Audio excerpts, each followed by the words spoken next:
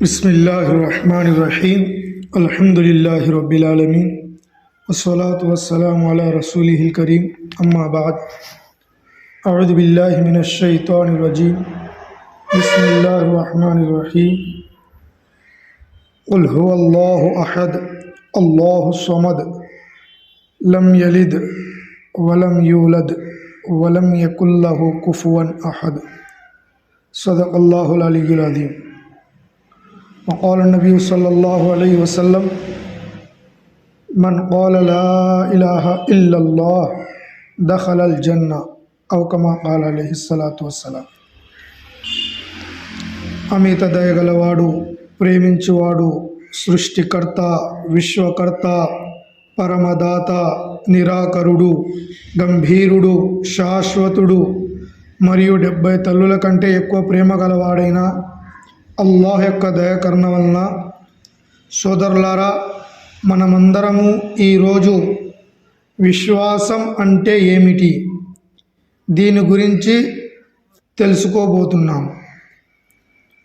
విశ్వాసం అంటే ఏమిటి?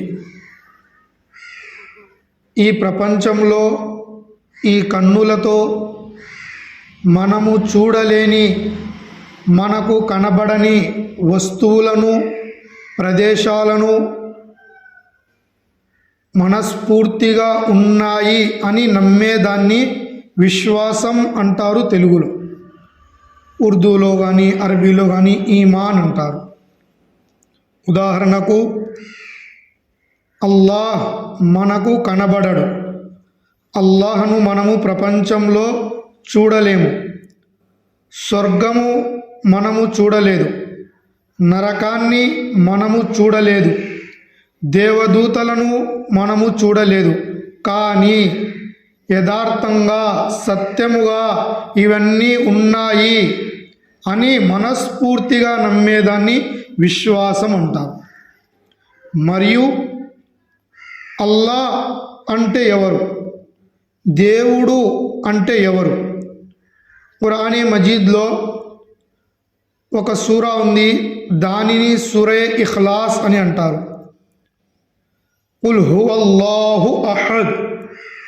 ఓ ప్రవక్త, మీరు పలకండి, మీరు చెప్పండి, అల్లాహ్ ఒక్కడే. అల్లాహు సమద్. అల్లాహ్ నిరాకారుడు, ఎటువంటి అవసరములు లేనివాడు. లం యలిద్ వలం యూలద్. అతను ఎవ్వరికి జన్మించలేదు మరియు అతనికి ఎవ్వరూ పుట్టలేదు. అనగా అల్లాహకు తల్లిదండ్రులు లేరు, అల్లాహకు సంతానం లేదు. వలం యకుల్లహు కుఫువన్ అహద్. మరియు అతనికి సాటి ఎవరూ లేరు, అతనికి సమానం ఎవరూ లేరు. అల్లాహ్ దేవుడు అంటే పుట్టించేవాడు, పుట్టేవాడు కాదు. దేవుడు అంటే సృష్టించేవాడు, సృష్టింపబడినవాడు కాదు. దేవుడు అంటే ఎటువంటి అవసరాలు లేనివాడు.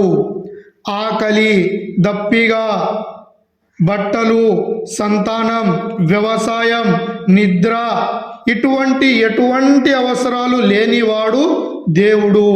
అతని యొక్క పేరు అల్లాహ్.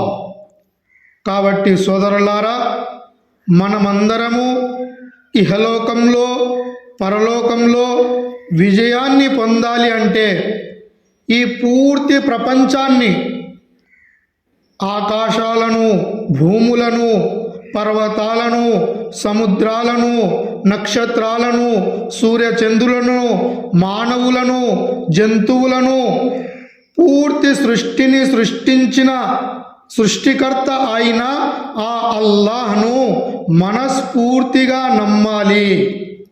అతను చెప్పినట్టు జీవితాన్ని గడపాలి. ఖురాన్ మరియు హదీస్ మేరకు జీవితాన్ని గడపాలి.